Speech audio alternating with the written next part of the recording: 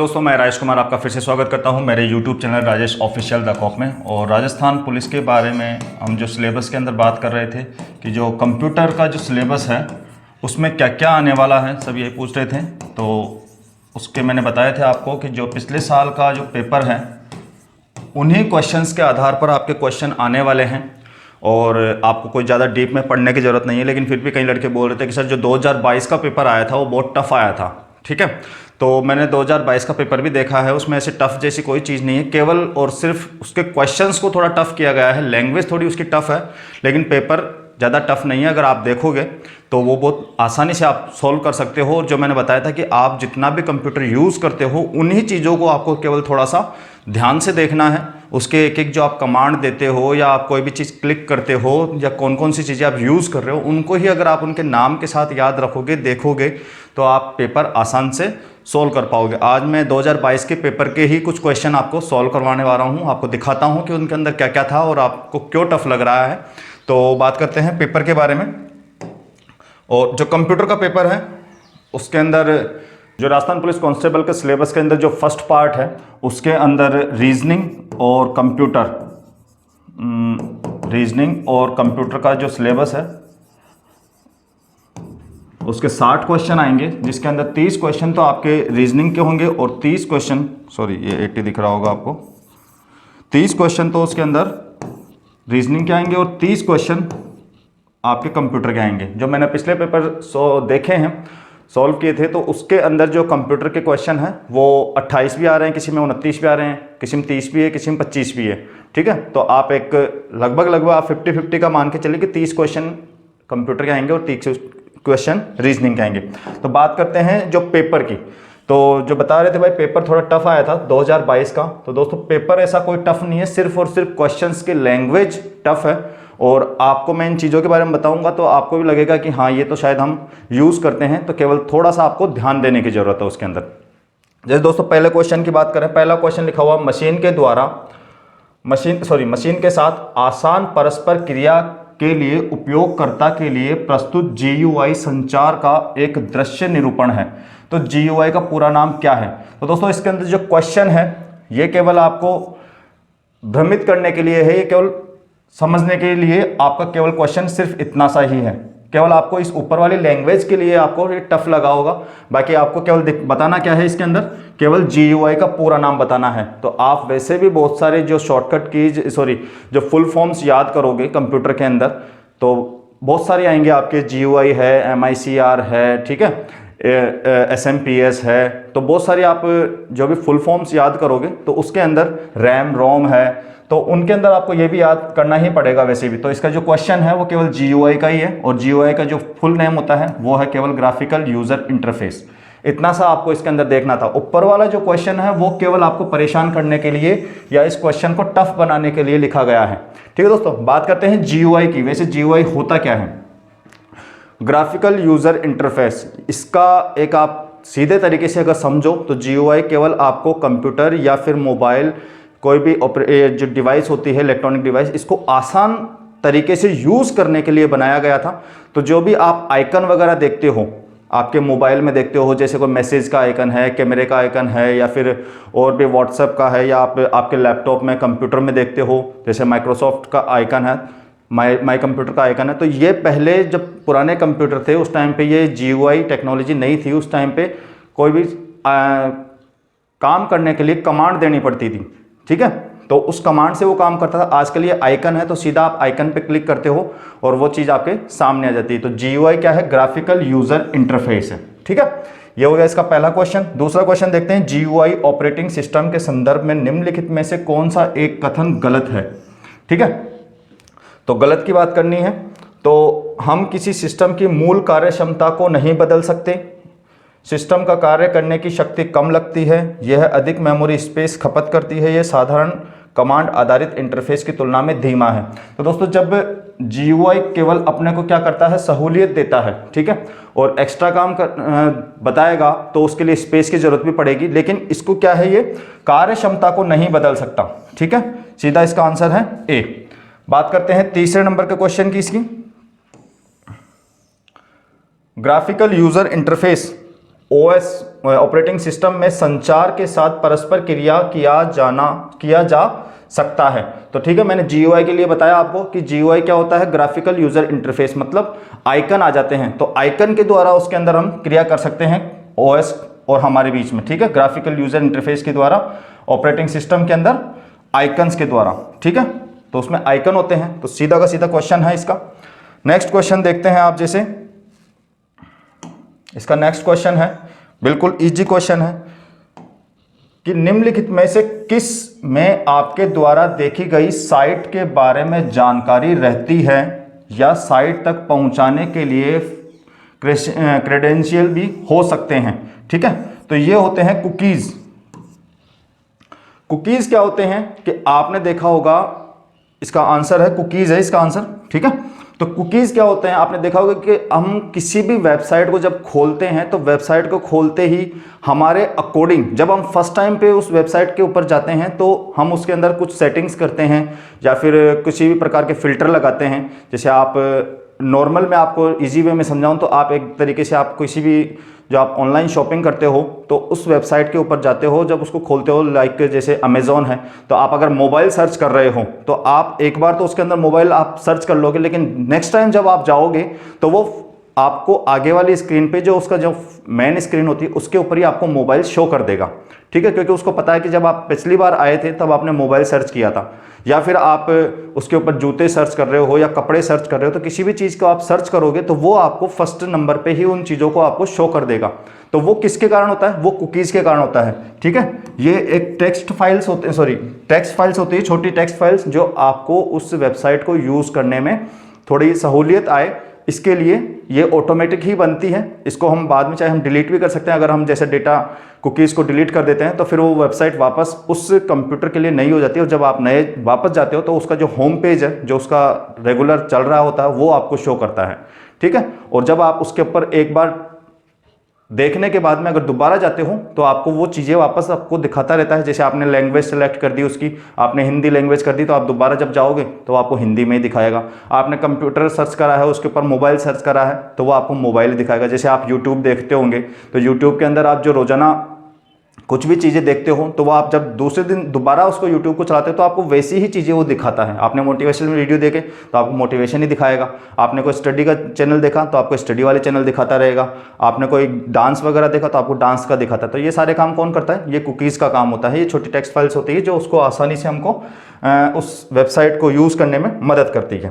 ठीक है दोस्तों, आगे बात करते हैं इसके अंदर।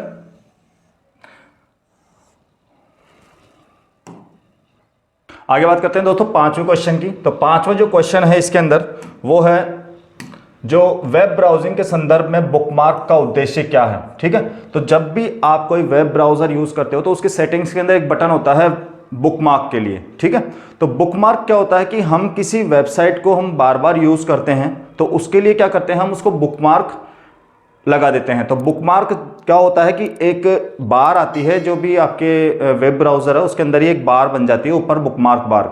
ठीक है, उसके अंदर जब हम किसी वेबसाइट को बुकमार्क कर देते हैं तो वो वहां पर ऊपर ही शो होने लगती है। तो फिर जब हम दोबारा उसको यूज करेंगे तो आपको पूरा सर्च करने की या पूरा वेबसाइट डालने की जरूरत नहीं है, उसके बुकमार्क पर क्लिक करते ही वो साइट ऑटोमेटिकली खुल जाती है। ठीक है, तो ये होता है बुकमार्क। तो इसका सीधा आंसर है वेबसाइट, विशिष्ट वेबसाइटों को सेव करना और व्यवस्थित करना ताकि आप उन पर बार बार जा सके, उन वेबसाइटों के माध्यम से आगे बढ़ना जिन्हें आप हाल ही में देखा है। किसी वेबसाइट से अपने कंप्यूटर पर एक इमेज करना, छोटे एप्लीकेशन प्लगइन करना, और जो आपको अपने वेब ब्राउजर में विशेष प्रकार की सामग्री देखने की अनुमति देते हैं। तो ठीक है, तो इसका जो आंसर है वो सीधा क्या है कि किसी भी वेबसाइट को सेव करना। ठीक है, आज आप वेब ब्राउजर खोले आपका, आप ज़्यादातर मोबाइल के अंदर गूगल क्रोम यूज़ करते होंगे, तो क्रोम के अंदर जब आप खोलोगे तो उसकी सेटिंग्स में आप देखना उसके अंदर एक बुकमार्क का ऑप्शन होगा। ठीक है, तो वो बुकमार्क क्या होगा, वो टैब आपके ऐड हो जाएगा आपकी स्क्रीन के ऊपर, वेब ब्राउजर की स्क्रीन के ऊपर। तो आप नेक्स्ट टाइम जब भी खोलोगे तो उसके ऊपर क्लिक करते वो आपकी वेबसाइट वापस खुल जाएगी। तो ये काम होता है बुकमार्क का। नेक्स्ट टाइम बात करते हैं, नेक्स्ट क्वेश्चन है अपना, वह ब्राउजर में प्लगइन्स के संदर्भ में निम्नलिखित में से कौन सा एक गलत है। ठीक है, तो प्लगइन के संबंध में, तो प्लगइन्स क्या होते हैं। ठीक है, प्लगइन क्या होता है कि आप जब भी इंटरनेट यूज़ करते हो तो उसके अंदर आपने देखा होगा कि आप किसी भी वेबसाइट पे देख रहे होते हो, आप उसको रीड कर रहे होते हो, पढ़ रहे होते हो, तो उसके अंदर साइड के अंदर कुछ एडवर्टाइज चलते रहते हैं, ठीक है। कोई वीडियो भी हो सकता है, कोई एनिमेशन हो सकता है। तो उन सब चीज़ों को चलाने के लिए छोटे छोटे सॉफ्टवेयर होते हैं इसके, उनको बोलते हैं प्लगइन्स। तो जैसे एक तरीके से आप देखें कि आपका जब आप यूज़ करते होंगे, अगर आपके उसके अंदर ब्राउज़र के पेज के ऊपर अगर कोई वीडियो नहीं चल रहा होगा तो उसके ऊपर एक नोटिफिकेशन आ जाता है फ्लैश प्लेयर डाउनलोड करने का। तो वो फ्लैश प्लेयर क्या होता है, वो एक तरीके का प्लगइन है, उसके द्वारा ही वो वीडियो या वो एनिमेशन उसके अंदर चलते हुए आपको दिखाई देंगे। अदरवाइज उसकी एक फोटो आ जाएगी, वो चिपकी रहेगी, वो आपको हिलती डुलती या कोई भी उसके अंदर चलती हुई दिखाई नहीं देगी। तो उन सब चीज़ों को, उन वीडियोज़ को चलाने के लिए क्या लगते हैं, प्लगइन्स डाउनलोड होते हैं, उनकी वजह से ही वो हमको चलते हुए दिखाई देते हैं। तो वेब ब्राउज़र में वैसे गलत पूछा है, तो गलत के लिए वेब ब्राउज़र में उपयोग के लिए विपरीत एप्लीकेशन है, ये सही है। प्लगइन्स में एक्टिव एक्स कंट्रोल की तरह होते हैं, ये भी ठीक है, ठीक है। इसको प्लगइन्स को वेब ब्राउज़र के बाहर निष्पादित नहीं किया जा सकता, ठीक है, ये बाहर नहीं चलते हैं। आपको बाहर अगर वीडियो चलाना है तो उसके लिए आपको मीडिया प्लेयर वगैरह, VLC आप जो भी यूज़ करते हो, एडोब फ्लैश प्लेयर आपके बाहर काम नहीं करता, वो केवल आपके वेब ब्राउज़र पर काम करता है। बात करते हैं आगे इसके अंदर, निम्नलिखित में से कौन सा एक कंप्यूटर जो इंटरनेट पर एक वेबसाइट को होस्ट करता है। तो सीधा आपका आंसर है वेब सर्वर है, ठीक है। एक वेब सर्वर क्या है, एक बहुत बड़ा कंप्यूटर है एक तरीके से, जिसपे सारे के सारा डेटा वेब सर्वर पर होता है, उसी से ये सारी वेबसाइटें अपना डेटा हमको दिखाती है।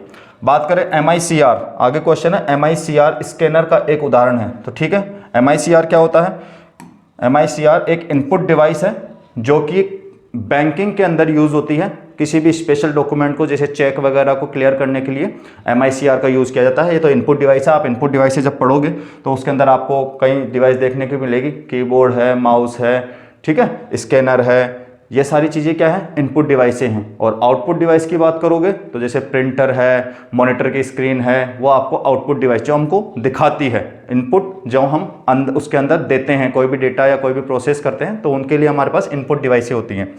नेक्स्ट क्वेश्चन की बात करते हैं, निम्नलिखित में से कौन सी कंप्यूटर सिस्टम की सेकेंडरी स्टोरेज डिवाइस नहीं है। सेकेंडरी स्टोरेज डिवाइस का मतलब क्या होता है कि ऐसी डिवाइस जिसमें सेव करने के बाद में वो चीज़ डिलीट ना हो, ठीक है, तो वो सेकेंडरी स्टोरेज होता है जो परमानेंटली उसके अंदर सेव हो जाए, ठीक है। आप चाहोगे तभी वो डिलीट होगी, आप करोगे तो ही डिलीट होगी, अदरवाइज वो उसके अंदर ही रखी रहेगी। जैसे आपके मोबाइल में भी है, आप मोबाइल में आपके कार्ड वगैरह लगाते हो, मेमोरी कार्ड है या उसके अंदर इनबिल्ट मेमोरी होती है, वो उसकी सेकेंडरी मेमोरी होती है। उसके अंदर से हम किसी चीज़ को सेव कर देते हैं तो वो उसी के अंदर सेव हो जाती है, जब तक कि हम उसको डिलीट नहीं करेंगे वो बाहर डिलीट नहीं होगी, तो ठीक है। तो ये सब कुछ सेकेंडरी स्टोरेज डिवाइस नहीं है, ठीक है। तो नहीं के लिए कॉम्पैक्ट डिस्क है, CD है, वो आपकी सेकेंडरी स्टोरेज है, उसके अंदर जब आपने डाउनलोड कर दिया या उसके अंदर रख दिया तो उसमें रहेगा। पेन ड्राइव, आपकी पेन ड्राइव में जब तक आप डिलीट नहीं करोगे तो नहीं होगा।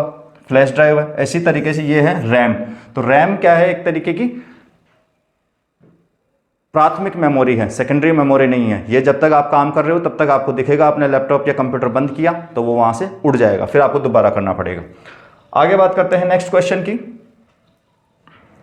तो नेक्स्ट क्वेश्चन हमारा 10वां, तो निम्नलिखित में से कौन सी एक प्रकार की पारंपरिक सेमीकंडक्टर मेमोरी है जिसमें अतिरिक्त तुलना जो एक क्लॉक साइकिल में एक सर्च ऑपरेशन को पूरा करने में, तो इसका आंसर आ जाएगा सीधा एसोसिएटिव मेमोरी। कंप्यूटर सिस्टम के निम्नलिखित में से कौन सी इनपुट डिवाइस अधिकांश फोटोकॉपी मशीन की तरह कार्य करती है। तो फोटोकॉपी मशीन क्या करती है, आप जो भी फोटोकॉपी करवाने जाते हो, जेरोक्स करवाते हो, तो उसके अंदर एक तरीके का पहले स्कैनर होता है, वो उसको स्कैन करता है आपके पेज को और फिर बाद में प्रिंट कर देता है, ठीक है। तो वो फोटोकॉपी मशीन के जैसे कौन काम करता है, वो करता है स्कैनर, ठीक है। तो ये हमारे जो भी हम डॉक्यूमेंट्स होते हैं, आपने फॉर्म भरे होंगे तो आपकी फ़ोटो वगैरह स्कैन करवाई होगी। अभी तो आजकल आप मोबाइल से स्कैन कर लेते हो, लेकिन पहले एक स्कैनर एक डिवाइस होती थी, उसके अंदर आप फोटो रखते थे, तो फिर वो आपको कंप्यूटर के अंदर उसकी आपकी फ़ोटो या मार्कशीट जो भी आपने स्कैन किया है वो दिखाता था। तो ठीक है, वो स्कैनर एक फोटोकॉपी मशीन के जैसे काम करता है। बात करते हैं 12वें क्वेश्चन की। कंप्यूटर माउस के संदर्भ में लेफ्ट बटन, ठीक है, माउस कुछ इस तरीके का होता है,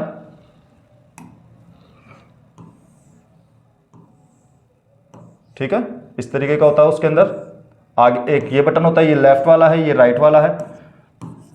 तो लेफ्ट बटन आइटम को, तो लेफ्ट बटन से क्या करते हैं हम, किसी भी जैसे कोई भी चीज हमको कट कॉपी पेस्ट करना हो तो हम लेफ्ट बटन से तो क्या करते हैं, पहले उस जो भी लिखा हुआ है या कोई भी फोटो इमेज वगैरह कुछ भी है तो उसको हम क्या करते हैं, लेफ्ट बटन से तो सेलेक्ट करते हैं, फिर सेलेक्ट करने के बाद में राइट बटन से क्या करते हैं, जब उस सेलेक्ट किए हुए आइटम पे हम राइट बटन दबाते हैं तो बहुत सारे ऑप्शन मेन्यू खुल जाता है, उसके अंदर कट, कॉपी, पेस्ट वगैरह का ये सारे ऑप्शन खुलते हैं। तो ये तो होता है सिलेक्ट करने के लिए, और ये इधर आ जाता है आपका मेनू बार जिसके अंदर कट भी हो सकता है, कॉपी होता है, पेस्ट होता है, ठीक है, और भी बहुत सारे इसके अंदर मेन्यू खुलते हैं। तो इसके अंदर जो फर्स्ट वाले में तो आ जाएगा सेलेक्ट और सेकंड वाले में आ जाएगा डिस्प्ले, ठीक है। तो इसका आंसर हो जाएगा ए। आगे बात करते हैं कंप्यूटर की। कंप्यूटर की कीबोर्ड पर प्रिंट स्क्रीन कुंजी, ठीक है, प्रिंट स्क्रीन कुंजी निम्नलिखित में से, अरे क्या हुआ, कंप्यूटर की स्क्रीन कीबोर्ड की कंप्यूटर के कीबोर्ड पर प्रिंट स्क्रीन कुंजी, ठीक है, निम्नलिखित में से किस श्रेणी की कुंजी है। तो आपने आपका कीबोर्ड देखा होगा, कीबोर्ड के अंदर एरो कीज होती है, उसके ऊपर आप लास्ट में देखोगे तो ऊपर ही ऊपर एक कुंजी होती है जिसको बोलते हैं प्रिंट स्क्रीन कुंजी, ठीक है। या फिर आपका लैपटॉप होगा तो लैपटॉप में कोने के साइड में बिल्कुल ऊपर में राइट में कोने में शायद 2-3 कुंजी छोड़ के, 1-2 कुंजी छोड़ के एक कुंजी होती है प्रिंट स्क्रीन। वो कुंजी आपका जो भी लैपटॉप है या आपका कंप्यूटर है उसकी स्क्रीन को, मतलब स्क्रीनशॉट लेने के लिए यूज की जाती है।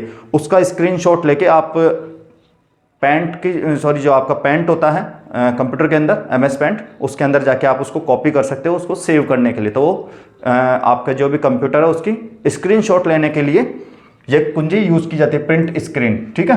तो ये किस तरीके की कुंजी हो गई, एक स्पेशल पर्पज कुंजी है। टाइपिंग कुंजी क्या होती है, जैसे ABCD जो लिखा हुआ है और जो भी उसके अंदर चिन्ह वगैरह है वो सब टाइपिंग कुंजी में आ जाते हैं। फंक्शन कुंजी के अंदर आपके जो भी F1 2 3 4 5 F12 तक जो कुंजी होती है वो उसके अंदर फंक्शन की में आ जाती है।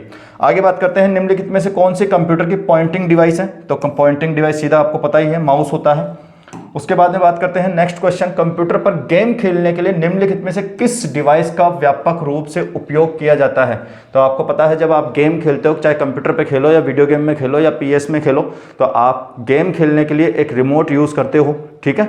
जैसे आप पहले वीडियो गेम खेलते होंगे तो उसके अंदर रिमोट होता था, तो वो क्या होता है, एक जॉयस्टिक होता है, ठीक है। तो हम गेम खेलने के लिए कौन सी डिवाइस यूज करते हैं, जॉयस्टिक यूज करते हैं, ठीक है, सीधा आंसर है। स्कैनर मैंने बता दिया। टच पैड भी एक तरीके का पैड होता है जिसके ऊपर हम कुछ भी अंगुली की जो भी सहायता से करते हैं तो वो आपको डिस्प्ले पे दिखाई देता है, ठीक है। कीबोर्ड आप जानते हो एक इनपुट डिवाइस है।